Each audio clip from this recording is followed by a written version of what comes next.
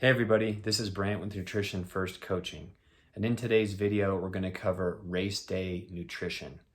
We're going to start from the night before and how to get everything organized, and then we're going to give you a step-by-step plan from when you wake up until you're having your recovery meal after the race.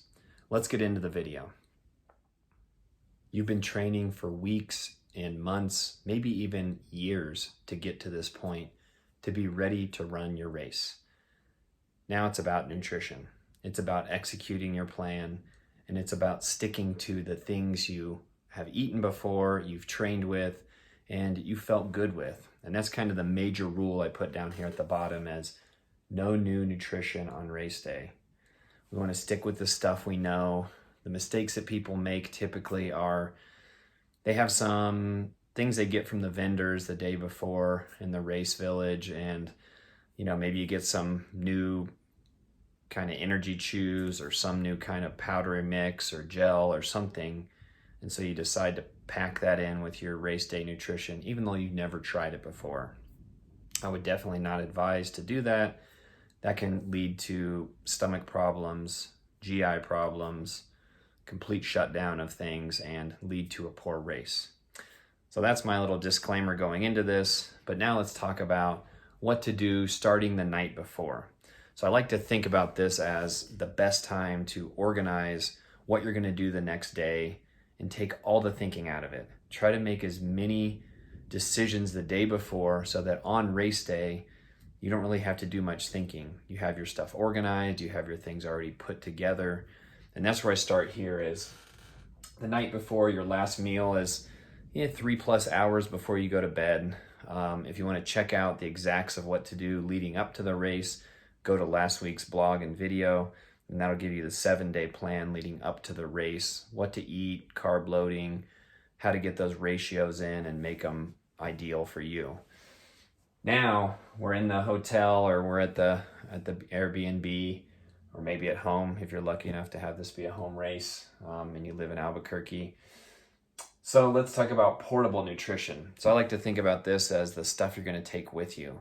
These are the things that are kind of energy dense, gels, chews, maybe a bottle of something special that they don't supply at the race.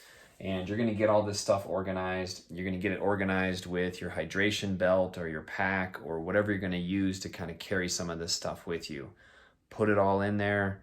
You don't have to mix up the bottle if you want to wait till the next morning, but get all the gels, everything put in there in the amounts you want.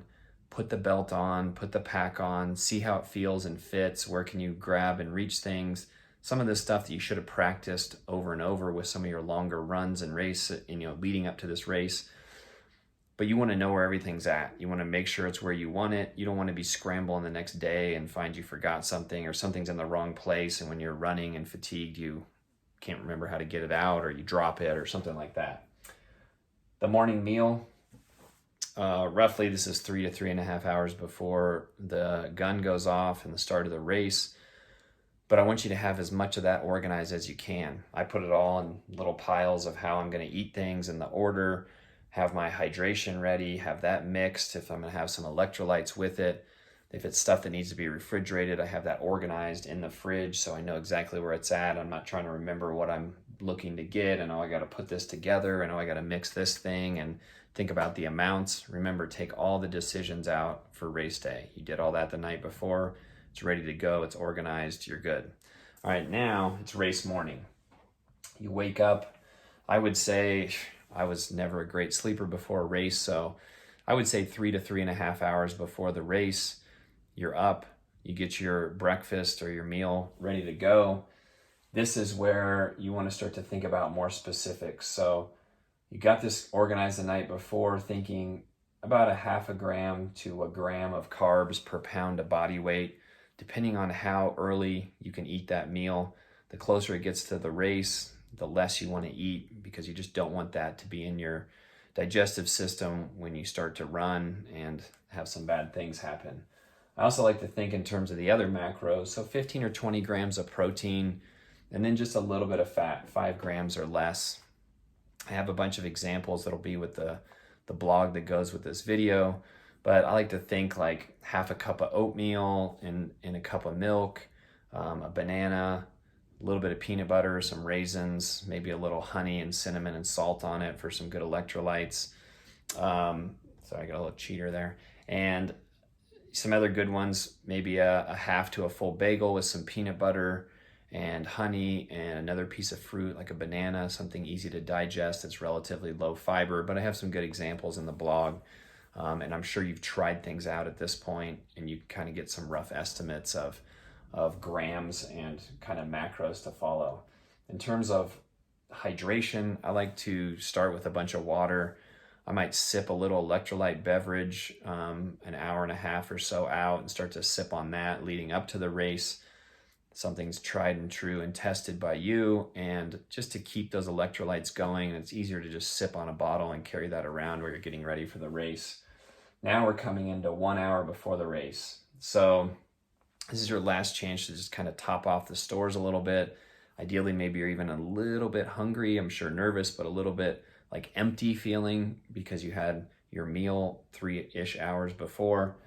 So 15 or 20 grams of carbs, roughly 30 minutes before, even a little gel pack 15 minutes before kind of thing. Something just to get into your system, easy to digest. That's going to put some sugar in your blood, so to speak, have that ready to go, ready for fuel.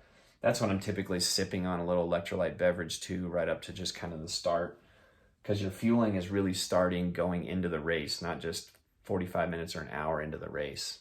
So before the race and then as the start of the race. Now during the race, 30 to 60 grams of carbs per hour. This should be something you've kind of tested along the way, so you know these certain gels or a couple of these chews or whatever is your right amount for you. 5 to 10 grams of protein in there. This is something that gets forgotten a lot by people, and you need some protein to kind of keep your body from the digestion process gets a little better, but also to help kind of fuel your muscles, keep the muscles firing well. You need some of those amino acids. This is also where I think during the race, hydration becomes very individualized. I gave you kind of a rough estimate, 6 to 10 ounces of a water / electrolyte beverage, kind of sipping that throughout.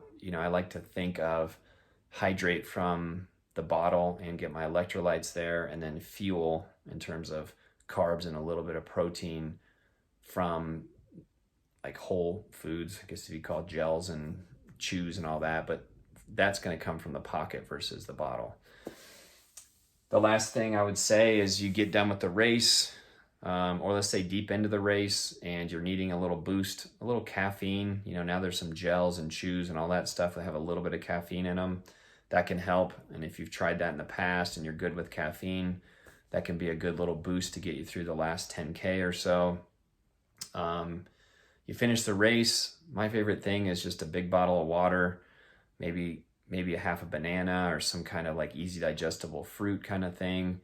And then usually about an hour after the race, I'm starting to get hungry. This is where you can get that good post-race meal. And I like to just think of like how my plate's organized. So half of it's good, healthy carbs, rices, sweet potatoes, quinoa, pasta, anything that's a good, carb source for you. Always throw in some veggies in there. The other half of the plate, 3/4 of that is going to be protein. I like to shoot for like 6 to 8 ounces, at least, of protein, really start to get the muscles, some amino acids again, and kind of limit the breakdown, improve the kind of healing of all the tissues. And then fats, you're flavoring there. That last little quarter of that half of your plate is little fats, olive oil, butter, some avocados, whatever's a good fat source for you that you've tried in the past that feels good.